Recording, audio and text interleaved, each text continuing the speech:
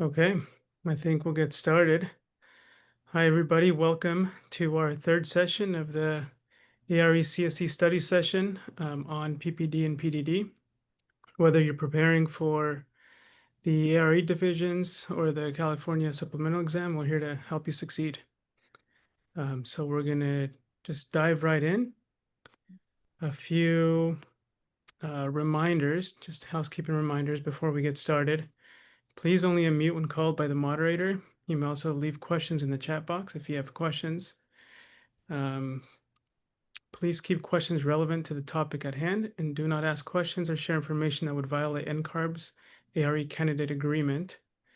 And finally, AIA California strongly encourages attendees to be constructive in their comments and questions to the presenters and to one another to ensure that we have a session that is productive in an environment that is positive learning experience for everyone.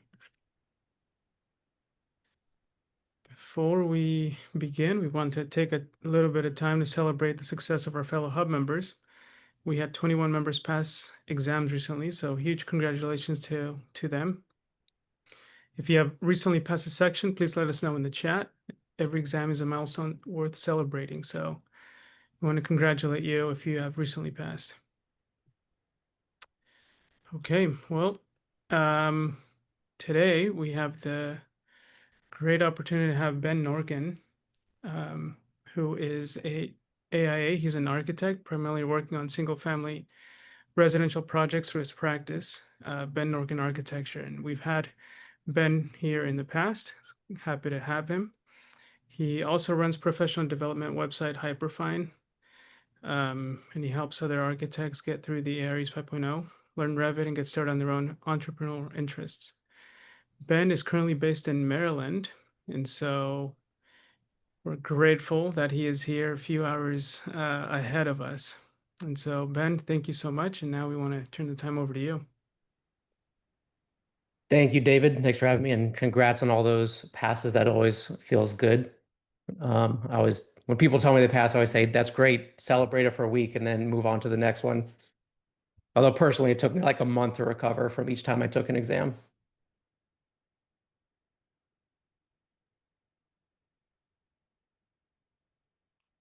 Let me figure out how to share my screen. All right, you guys see 2021 IBC occupancy topics? So tonight I'm going to talk about, and actually let me put this in the chat real quick.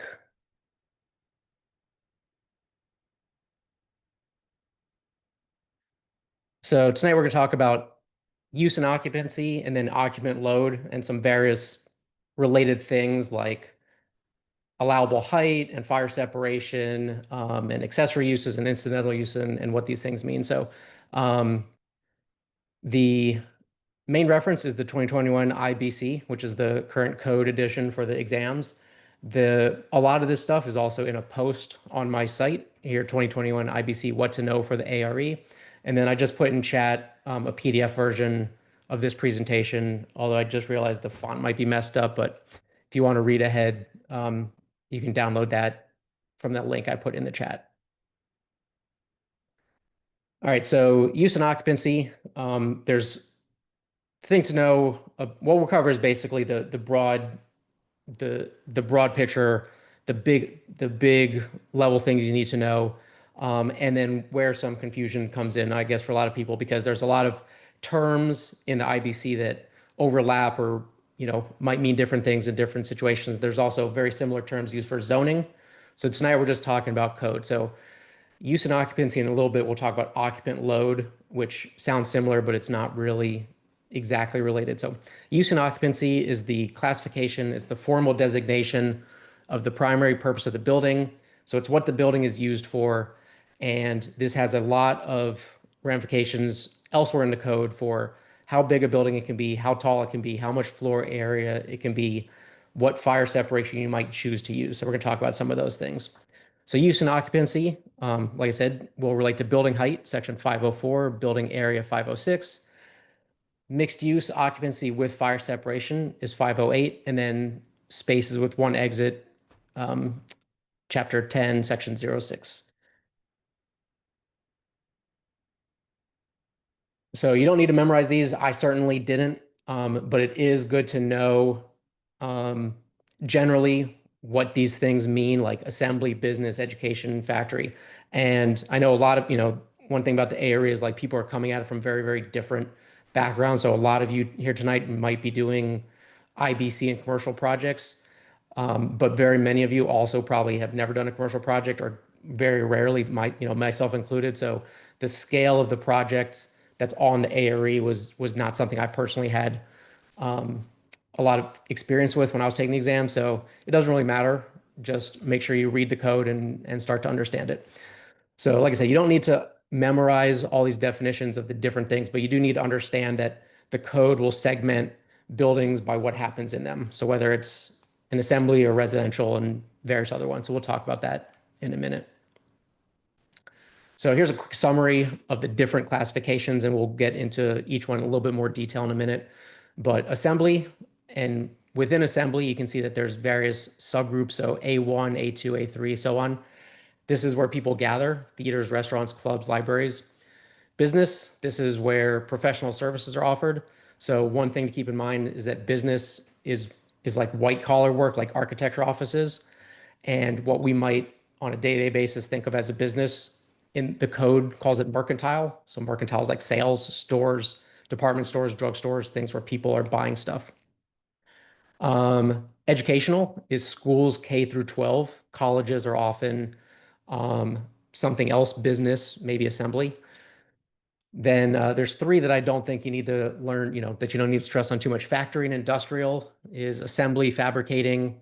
High hazard is also manufacturing and stuff, but higher hazard, more dangerous. And then utility and miscellaneous is stuff that doesn't fit into these other things. And I think it's probably very unlikely that you'll come across factory, industrial, high hazard, and utility miscellaneous on the exams. Assembly, business, educational for sure. Institutional, maybe this is institutional is care for people not capable or not allowed to care for themselves, like hospital, jails, assisted living facilities.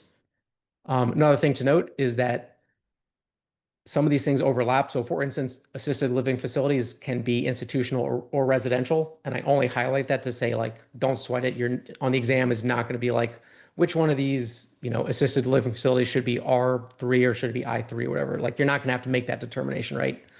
It's good to read the code, understand what's in these things, but I did not have any of this memorized. So mercantile, we talked about that stores, places where things are for sale. Residential, this is one that you guys are probably familiar with and will definitely come up with exams, but it's places where people sleep or live. And then storage, it's places where stuff is stored that's not high hazard. All right, so the next couple slides. So as you're going through these things, like I talked about, the use and occupancy is going to tell you what the principal purpose of that building is, what generally is happening there. And then that's used later in the code to figure out the allowable height, allowable area, floor separation. So this table 504.3, you'll probably have to become familiar with this for the exam. This tells you how many height in feet the building can be. And you can see it's grouped by the different occupancies. So all these occupancies that are fairly low hazard are sort of grouped together. So whether it's assembly or business or mercantile, in terms of how tall a building can be in feet, they're all grouped the same. And then you've got sprinklered and non-sprinklered and the construction types, which we're not really getting into tonight. You might also see these things. So another metric for the height of a building is stories. So we just looked at feet. The height of a building is also limited by stories. And you can see if you look in this table, they're all separated by not only between the different groups, but all the subgroups. So as this table, A is just grouped all together and it's in there with B, E, and F and so on. If you look at the allowable number of stories, A1 is treated separately from A2 and A3 and so on. So pay attention to that when you are reading the code and trying to figure out how tall a building be or how big it can be. So the occupancies are all in chapter 3. That's the place to read about those. I think we're going to cover that in a minute. And then again, the required separation of occupancies. This is fire separation. We'll get into this in more detail later in this presentation. But here's a mix. You can see A is all grouped together. So even though there's A1 through A5 in this table, it's A is just one thing, E is just one thing. But then the institutional is treated separately. So like I1, 3, and 4 are here, and I2 is here. So it can be a mix. It can be, they can all be lumped together. It can be all separate, and it can be a mix. So I'll go through some of the big ones. Um, some of the big occupancies that you really need to know or have a good handle on or know how to find this information. That's the big things. Like you need to understand it and know how to find the information. You don't need to memorize this stuff. So assembly is for gathering, and this is in section 303. So all this stuff, all this definitions and determining what occupancy something is chapter 3. So assembly is section 303. So it's the gathering of persons for civic, social, religious functions, recreation, food, and drink. And then within that, you can see A1 is performing arts, I2 is like restaurants and casinos, 3 is churches and temples and bowling alleys and public places like that. 4 is viewing or maybe doing indoor sports, arenas, ice skating rinks. And then 5 is participating in outdoor activities, amusement parks, bleachers, stadiums, things like that. What you need to know, or what I suggest knowing, is that the assembly info can be found in chapter 3, section 303, so you can go quickly find it if you need it. That there are different types of assemblies based generally on what happens there. So a nightclub is not treated the same as a stadium, even though people are assembling there. Um, that they are all treated the same for the fire separation. So if you get a fire separation question, you don't need to figure out exactly which occupancy it is, right? And I think we'll talk about this a little bit later when we get into I have one or two sample problems in the end. And one of the things on the ARE is like there's tons and tons of information in each question and trying to figure out what matters and what doesn't. So, it's good to know that if the question is about fire separation, whether it's A1, A3, or A5 doesn't matter because it's all in there. So even if they try to give you all this extraneous information where you think, okay, I've got to go look up the code section and figure out this is A3, if it's fire separation question, it doesn't matter. So just go straight to the table.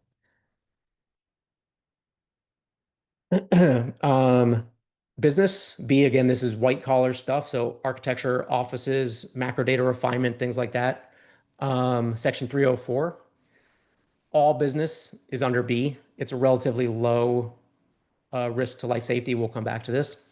Mercantile is M. So this is businesses that sell things. So if it doesn't help to also call it a business, think of it as stores, that type of thing. But in the code, this is treated slightly more hazardous than a business because as opposed to a business where people go there and go to work every day and they see the same people every day and they're used to how to get in and out of the building. Mercantile stores might be different. You've got a different crowd coming there every day. You've got more people on the weekends, people who are not familiar with where the exits are, people maybe not familiar with like the layout of the store. There's stuff there that might be more flammable or more dangerous. So generally in the code, mercantile stores are treated as slightly higher hazard than businesses. And in plain language, we call this retail. So if you're doing, you guys are probably familiar with like mixed use development where you get ground floor retail and residential above. That would be like mercantile and residential in terms of occupancy. Um, Educational, this is basically K through 12th grade. College, I think, goes under business. Um, you guys can read this from the downloads, but basically like within educational stuff like the cafeteria or the gym or the library might be classified as A. I don't know if you have to make that type of designation on the exam. You have to know that granularity. I certainly didn't. All right, residential, you're probably going to come up with a residential project on the exam or residential scenario on the exam. And this is basically where people sleep. So whether they are sleeping there in a transient manner, like hotels, motels, boarding houses, or whether they're living there, can change some things in the code. Maybe the fire separate or not fire separation, but the building height in floors, and then some other various things like how it maybe relate to other occupancies. But this is all 310, so it's good to read through this to understand where the information is and just understand generally that within residential, it's broken down further into sort of how often and frequently people are sleeping there. But you don't need to memorize these. If you do, that's good on you. I didn't have it memorized. Okay, so that was a primer on basically use and occupancy, right? Chapter 3 will tell you the use and occupancy. Use and occupancy is used to determine the general use of a building, which will then be used to determine things like how tall it can be, how much area it can be, maybe what kind of fire separation. Related to this is something called incidental use and accessory occupancies. And these are a little bit confusing because they sort of seem backwards.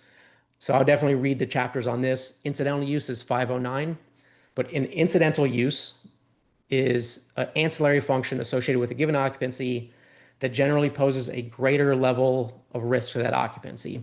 So ancillary means subordinate, secondary, auxiliary, or it's existing.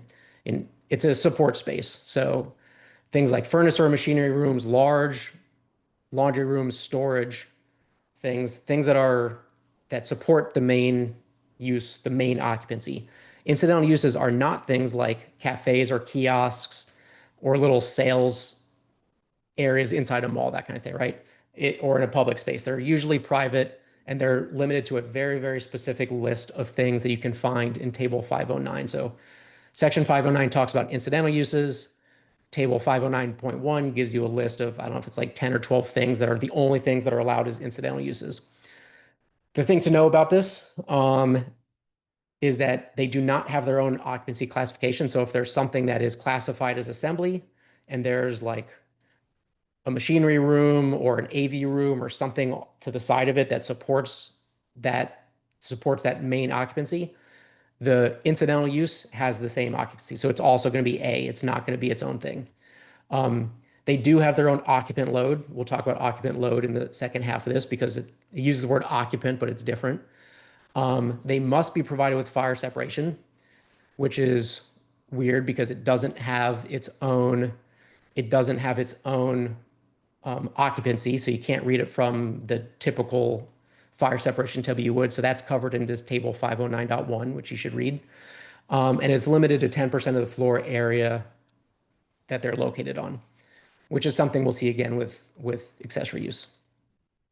So just remember, incidental use is something that is kind of hazardous and it only exists to support the main occupancy.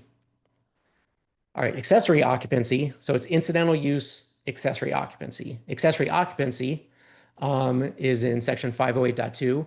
And these again are something that's ancillary. It's supporting, secondary, auxiliary, assisting. And they're different than the principal occupancy, but they support it. They're secondary to it. It wouldn't exist on its own, but it can exist because this larger occupancy thing is there.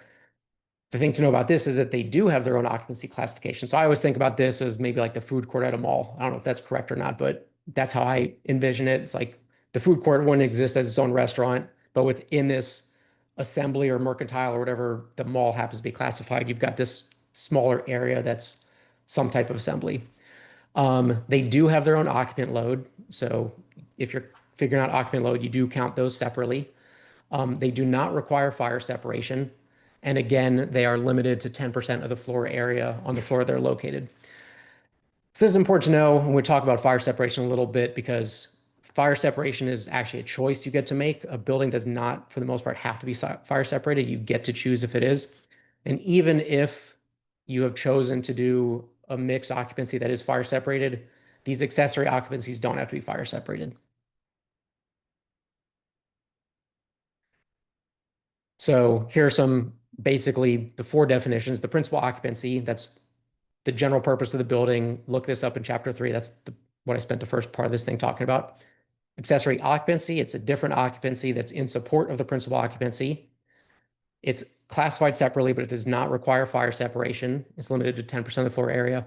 Incidental use is a different, more hazardous occupancy in support of the principal occupancy.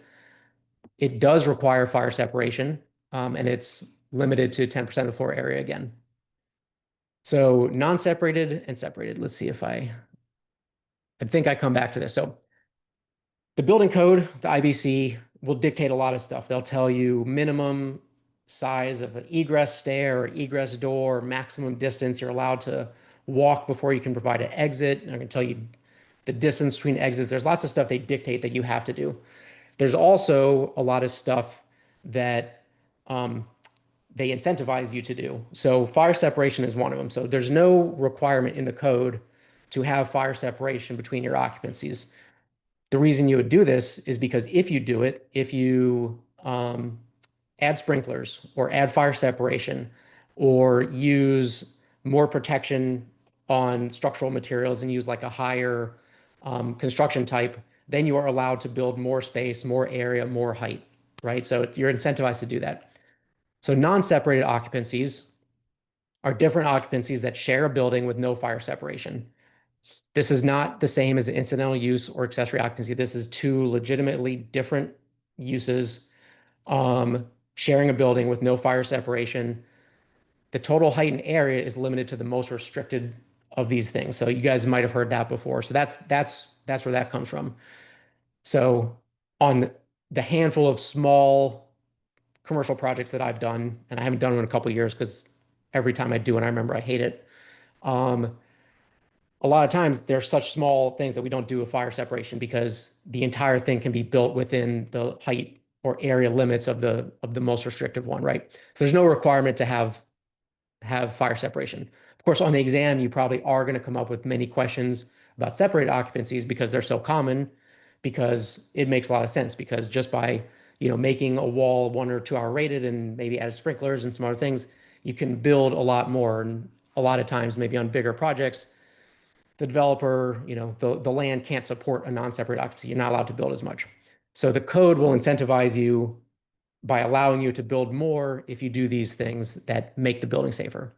So separated occupancies are different occupancies that share a building with a fire separation. And height and allowable area may be calculated individually, allowing or resulting in more allowable area, in some cases up to unlimited height. Now, your local jurisdiction may have code amendments to the code, and your state might have specific laws that require sprinklers or separation. But just from IBC standpoint, like we'll see on the exam, it's not a requirement. It's something you do as an incentive. Okay, so that was use and occupancy, right? What's the purpose of the building, and how that relates to how much you can build. Very similar term that is not really related is occupant load. And this is the number of people for which you're required to provide egress from a space. And so this is one where you have to, I can't remember if you round down or round up. I've got a blog on my site, but basically the thing about occupant load is that people sometimes read it and they'll say, oh, we're allowed to have 100 people. Let's say you do a calculation and it comes out to be 100 people. And you say, oh, we're allowed to have 100 people in this room. What this section of the code is actually telling you is how much egress you have to provide. And we'll get to have an example after this, but basically the point of it is you can't build a giant room for like a casino and say, yeah, only 5 people are going to be in here. And so we're only going to have one little exit door. The code is going to say, well, if this is a room that's used for a casino and it's this size, then theoretically 100 people could be in there and you have to provide access for 100 people. And then you go to the different sections of the code that tell you how wide the door has to be and how wide the stair has to be and how wide the corridor has to be and that type of stuff, right? So all that comes from this occupant load section 1004. Occupant load, even though it has the word occupant in it, is not directly related to the use and occupancy from chapter 3.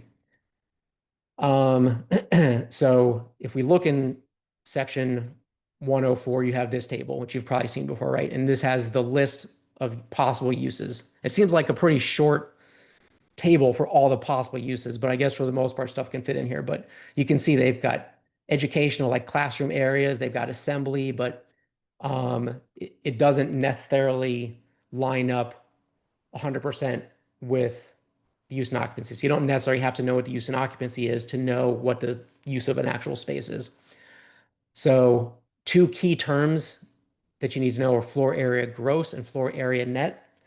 This is the one that people argue with me the most about because what they did on that one project one time was different. And it's also very different. Zoning uses some very similar terms, but zoning is very different. So what I've taken here is just copied from the code. I highly recommend going to chapter 2, reading the definitions and learning these things, reading this for yourself. But from this table, like aircraft hangars, 500 gross. So it'll tell you based on the square footage of that space, how many people are allowed to go in it. And it's either measured in gross or net. So you need to know floor area gross and floor area net. So floor area gross is the area inside the perimeter of the exterior walls, excludes vent shafts and courts, but it does not deduct corridors, stairways, ramps, closets, right? So the important thing to note is that it is the inside face of the exterior walls. It's just basically the entire inside area. You don't take out corridors and stuff like that. You can subtract shafts and chases, but you don't subtract hallways, columns, wall thicknesses, none of that. You just take the exterior walls, measure from the inside face, and that's your gross. This is slightly different. You might have gross floor area or footprint or some similar terms in zoning, which are measured to the outside because that's like a massing thing. This is about life safety, egress, how many people are fitting in a building, right? So gross is the inside perimeter of the exterior walls. And if you want to tell me I'm wrong, that's fine, but this is what the code says. So what you did on that one project at one time doesn't matter. Floor area net is the actual occupiable area, not including unoccupied accessory area. So this is usually measured inside of specific rooms, and it's measured usually to the inside face of the walls, of the interior walls. And if you look at the link here, I've got a blog about that, basically going into more depth about floor area gross, floor area net, how you calculate them. I think there might be a sample problem in there as well. So I wrote a couple exercises. If you guys want to take a minute and try to do this, I don't know if this is even readable or legible for you guys on your screens. But let's do at least the first one. I'll read it and then I'll call out some of these dimensions just in case you guys can't see, and then I'll give you guys like 3 minutes to do it and I'll get some water. Exercise 1, also, I'll give you a hint that like there's a bunch of information here that's not at all relevant. So good practice for the ARI. Exercise 1, the owner of a warehouse is using the A201 and the B201. Those are the contracts. There's a beautiful lake on the site with a 40-foot easement around it.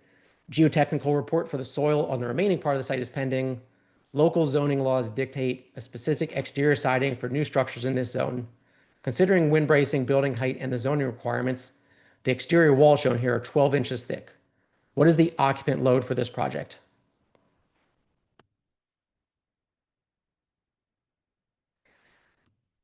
If you can't see it, it has a total length of 120 feet. It's got a total depth of 60 feet. That's to the outside, so these walls are 12 inches thick. So that'd be 118 across on the inside. And then this 20 by 20 square is missing. The elevator shaft is 20 by 20.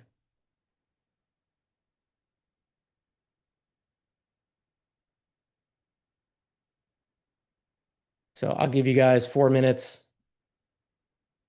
I'm setting a watch and I'll be right back.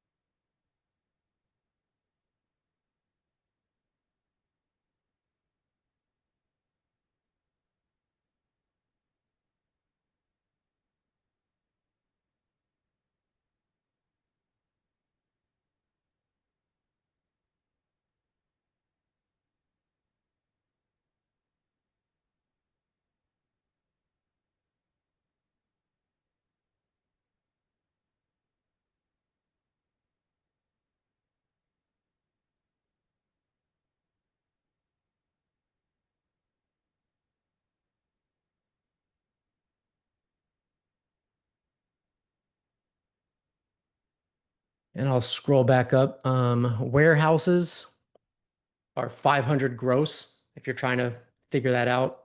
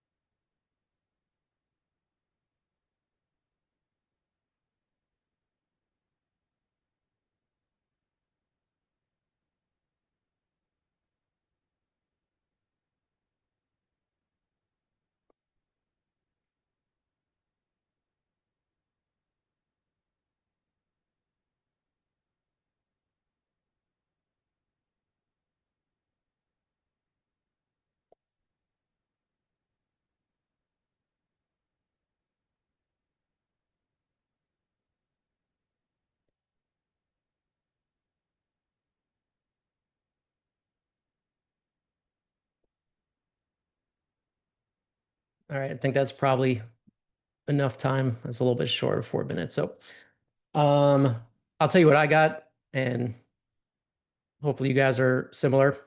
But basically, none of this information matters. The only thing that matters is the drawing with the dimensions, the fact that this is a warehouse, and that the walls are 12 inches thick. Right? That gives you everything you need to know about what the gross floor area is, or to start to make a determination. So we know that's a warehouse. That's not something that's like, in terms of use and occupancy, one of those things is not warehouse. That might be storage or high hazard. I don't really know yet. But warehouse, the term is straight from table 1004.5. So you can see it's all the way down here at the bottom. Warehouses are 500 gross. So you got to figure out the gross floor area and divide it by 500. That'll tell you how much egress you have to provide. So I see the right answer a bunch of places here. So the owner of this warehouse, so I'd grade out all the stuff that doesn't matter. So warehouse, 12-inch thick exterior walls, what's the occupant load? And the answer is 13. Occupant load should always be rounded up. So my math is basically took the whole thing, subtracted this area down here, subtracted this area because that was outside. This was the elevator, the shaft, so you don't include that in gross floor area.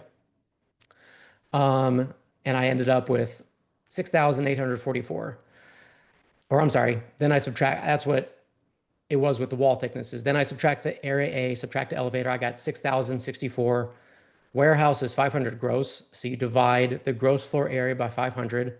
I got 12.128. I see some of you guys got slightly different. Maybe we measured this, or maybe I did the math wrong or something. But the point is, you got a little bit over 12, and you have to round up. So this is one of the ones that you always round up, because if we round down to 12, then we will say that we have not provided enough egress capacity, right? And in this case, it doesn't matter 12 and 13 because this number is really far below any minimum.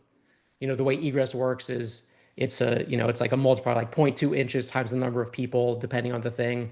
But there's some minimums. So if you only have 13 people and it says like, you need to provide 0.1 inches per person, then you're only providing like, 1.3 inches or something like that. So you'll get kicked up to a minimum. So I'm sort of on a tangent. The point is you round up.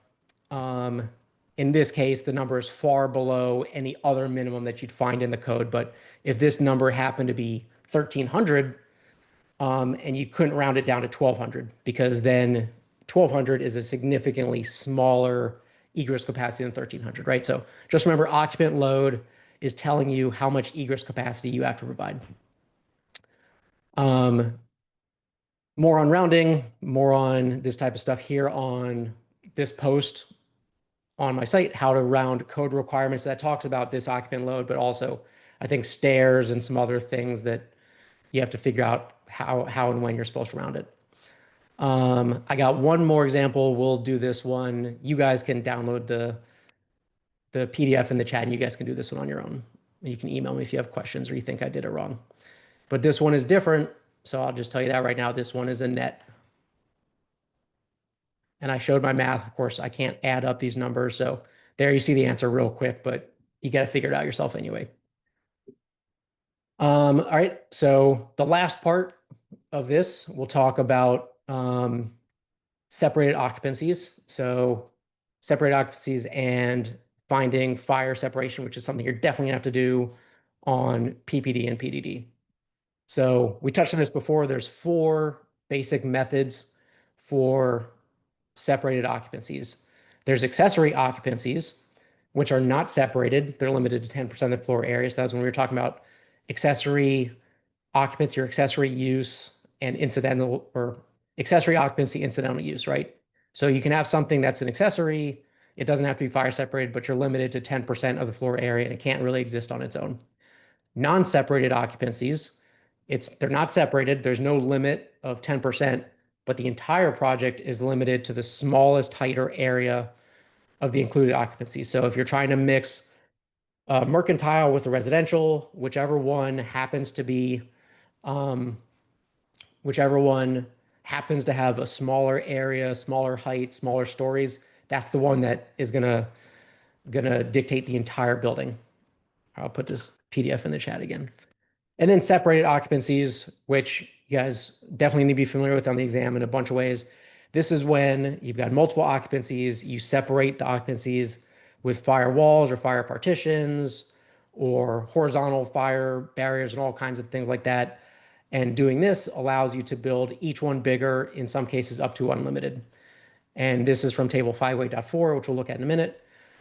And then the 4th separate occupancy is live work unit. I have no idea what that is, but it's in 508.5. And I didn't know it for the exam. I still don't know it now. If you guys want to learn it, that's fine, but you might be able to triage that out and just focus your studying on this 508.4. So this table provides the required fire rating in hours of assemblies separating occupancies in mixed occupancy construction. So if you decide to separate your occupancies to make use of the benefit of getting more space, more height, all that stuff, you've got to provide fire rated separation between them. And this table tells you how many hours those things have to be. In the past, in previous editions, the bottom of the table is not filled out because it's just duplicating itself. It doesn't matter if you read the column first or the row first. It's the same information, but in the past, people would mistake this dash to mean there's no separation required, which is not what that means. That just means that that information is somewhere else. So that was 2018 and earlier. Now in 2021, the entire table is filled out, so it matters even less. But let's go through an example. So like I said, it doesn't matter if you start on the left column or the top row. You've got your occupant group going this way, and you've got your occupant group going that way. So you can see A and E are here. So all of assembly is together, all of education is together, institutional is split up, residential is all together, but the same thing is here. AE is here in this column, and it's the same thing here in these rows. So this column is also A and E. In the numbers, any number of 1 or 2 or 3 sometimes. Oh, it looks like there's even a 4. Those are the number of hours, 1 hour, 2 hour, 3 hour, so on. NP, and all this stuff is in the table, and right below the table is the legend. So I'm just telling you what's in the legend. So NP means not permitted. So that means you can't ever have a residential right next to institutional, right? You can't have like a mixed use jail and apartments. N means no separation required. Usually you'll see that when like S1 overlaps with S1 because it's the same thing. You don't need to separate 2 S1s. There's a couple other ones in there where you don't need a separation. And then just from looking at the table, you can sort of make a guess as to which one is more or less hazardous. Like H1 is not permitted to be mixed with any of these things. So you can't have a mixed use school and a high hazard. But theoretically, maybe, I don't know where educational is. Yeah. But theoretically, in some cases, you could have like a school mixed with like hazard 5. And then one other bit on the table is S is sprinklered and S is not sprinklered. So if we do an example, and I'm sure this is going to come up on the exam on PPD, you might be asked to figure out like what is the fire separation between these two occupancies.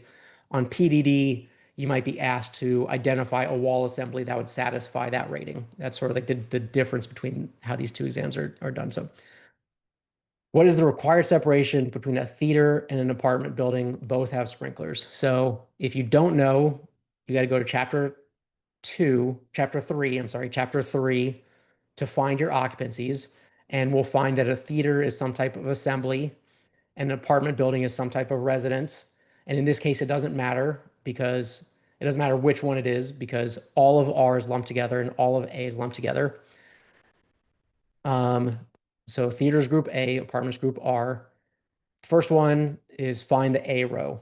You could have chosen to find R first. You could have chosen the column first. It doesn't matter. This is just the way I happen to do it. So I found A for my apartments, for my resident, or I'm sorry, for my assembly, for my theater. And so these are going to be all the places that A intersects with all these different occupancies. The next thing I do is find the R column. So that's right here. So now I see that I've got a separate required separation of 1 or 2. I said that it has sprinklers, so that's the left column. So right there is 1 hour. So if the question is, what is the required fire separation between a theater and an apartment building? It's 1 hour. It's the same information if we had started here. If we had said, okay, I'm going to start with A at the top and I'm going to find where it intersects with R, it's the same information, right? That's what I showed in the first slide. Like the bottom left of the table is the same as the top right. It's just all the information is filled in there to avoid any mistakes of people thinking something is no required separation when it actually is. And that was my last slide. I know that was a lot of talking. I hope you guys don't have any questions. But if you do, that's okay.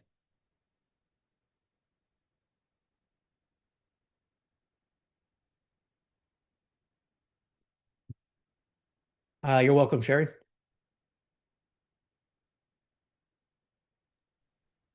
Any questions for Ben? Any general tips, Ben?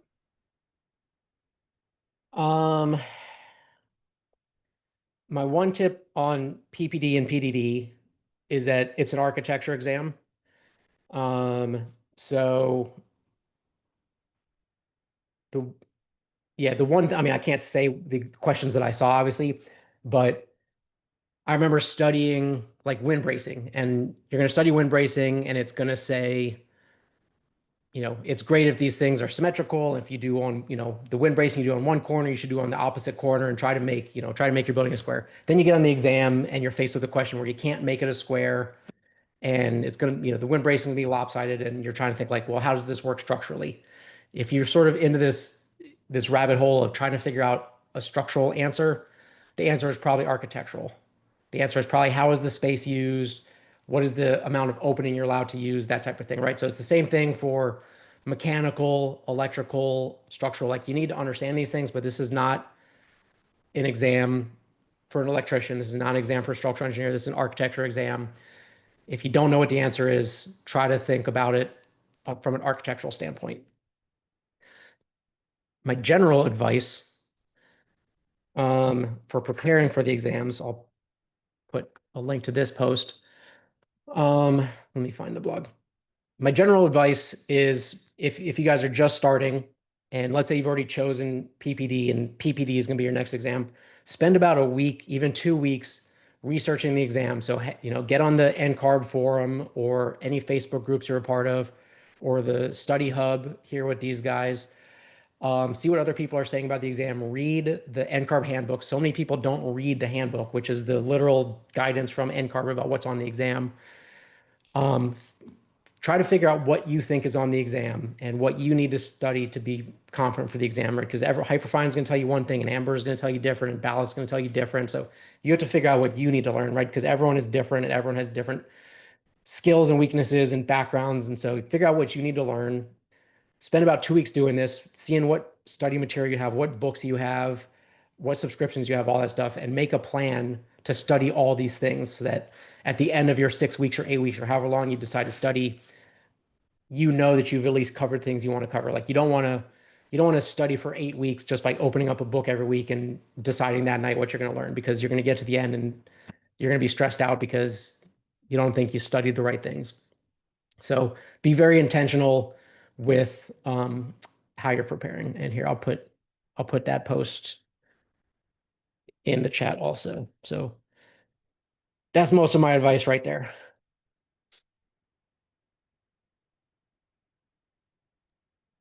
Awesome. Well, thank you so much, Ben. I really appreciate your time, and I really hope if anybody has any questions.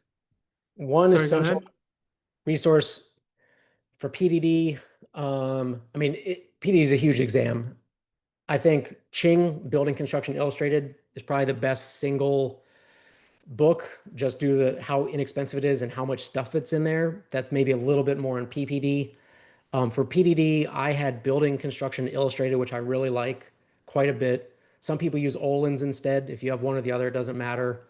Architectural Graphic Standards, you need to have. That one is one of the primary resources. So try to get as many of the primary resources as you can. Those are the ones that are in the NCARB handbook. So like Ching and Building Construction Illustrated, whatever other books are in there now, and try to get as many of those as you can, and then supplement with third-party stuff like Hyperfine or AmperBook or whatever other thing out there people are trying to sell you.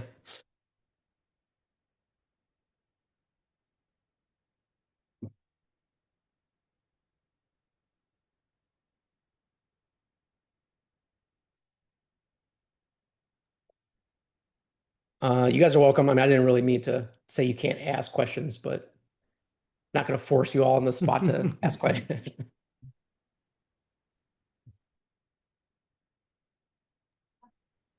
All right. Any final questions?